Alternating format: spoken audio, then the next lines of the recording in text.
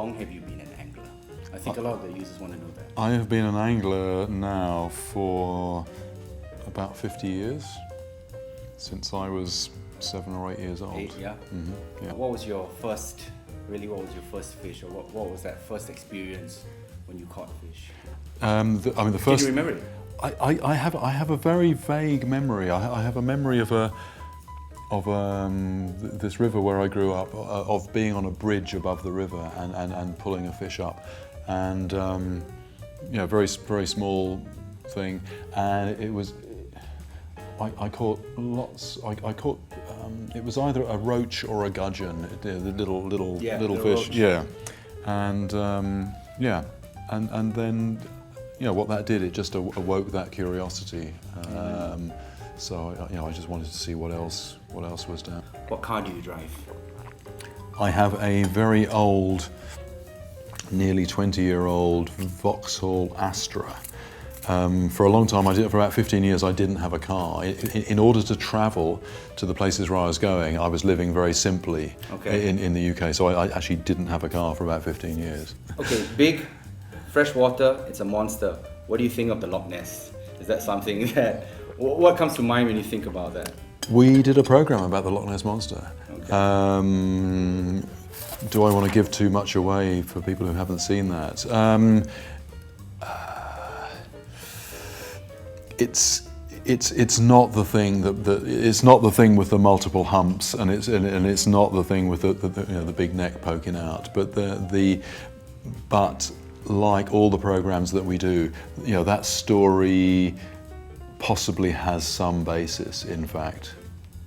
So in the past 50 years, have you ever stopped fishing? Did you have a pause in between and said, I'm going to take a break for 3 months? No, I did actually. What it was that I, from catching very small fish in England, I then went for, I wanted to catch pike, which are a predatory fish that lives there. Then I got into fishing for carp, which Well, I mean, at the time, they had a reputation for being very hard to catch. Yes.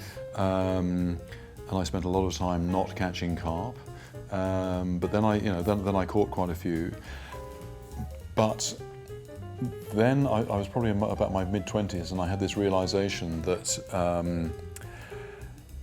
instead of being an escape from other people, I was turning up at these lakes, and there'd be lots of other people there, and somehow fishing wasn't the same experience for me then that it was when I was a kid. All those years back, right? So I did actually. I did stop fishing for a while, and the thing that got me back into it was I saw a magazine about a fish in India, the marcia, which is a relative of carp, and what that did, it just sort of planted a little idea in the back of my mind.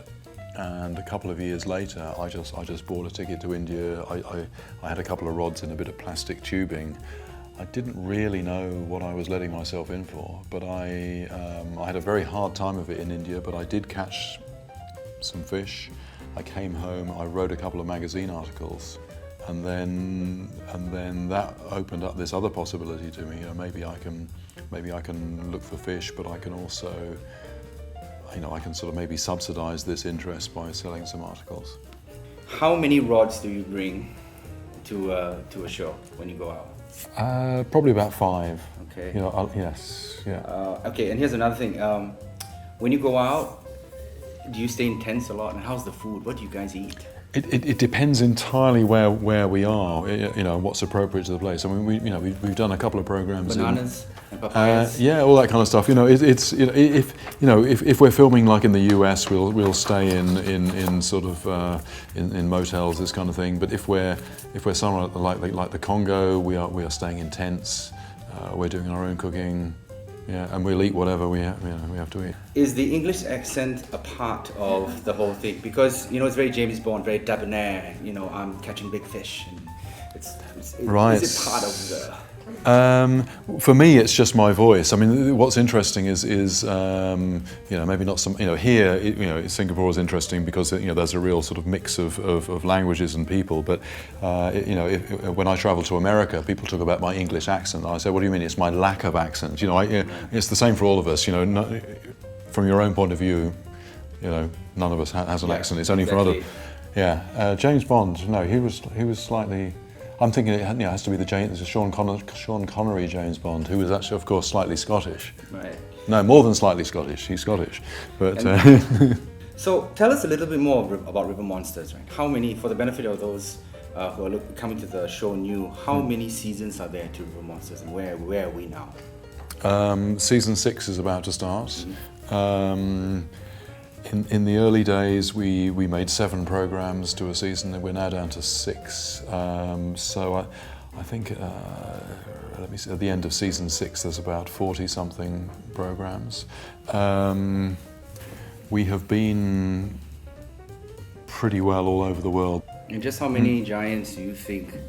I think in a lot of your trailers, you said that there will come a time when there may be no more giants to catch, right? But just at the top of your head, when you think about it and visualize it, how many giants do you think are really out there for you in the freshwater scape? I think when we started, I had a list of species, and the thing is, we've pretty well, what we've done, and that was the list of the ones that first come to your mind, and we've sort of done those, and then we sort of dug around and we got a few more. We've revisited some species. But we are at a stage now where we're literally just working 1 year at a time.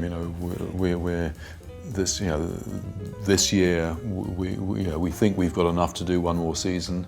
We're starting to think about next year, but there's not an infinite number of this kind of fish, this kind of story. Is the Unshaven look part of it, or how do you decide whether you want to go unshaven or come out looking like a boy band?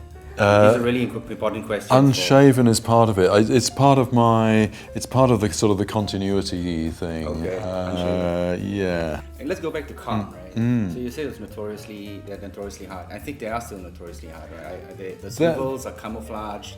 The type of line you're using is really special. The leaders, the hooks are tiny, and they know when the hook's in their mouth, right? They are very clever. I mean, the thing is in England now, the fishing pressure on carp is incredible. So back when I was doing it, it was because they were quite rare. They weren't in very many places. I have rather lost track of all the developments in carp fishing. It's got very complex now. But I have some friends who are very good carp anglers, and one guy was telling me, back in the old days, you'd cast your line into the water. You have a piece of lead on, to weight it down, and you then tighten up to the rod tip, and so your line would be like this in the water, and the fish would come along and take the bait. One guy was telling me that now, the carp can be so wise. There's the bait is there, and what it will come in from a particular angle. It'll stop. It'll go around a bit. It'll come in. It'll stop, and it's basically seeing if it feels any line. So what they do now, they get lead core line. And so that is tight to the bottom. So that gets around that particular. It's like an arms race. Right. As soon as the fish learn something, you have to do something else. You mentioned that on Sunday. I think you said it was an intellectual puzzle, which I think sums up much of the angling. Right? Yeah. Last question: the Beatles or the Rolling Stones? Oh, I did both when I was a kid, but probably more Rolling Stones.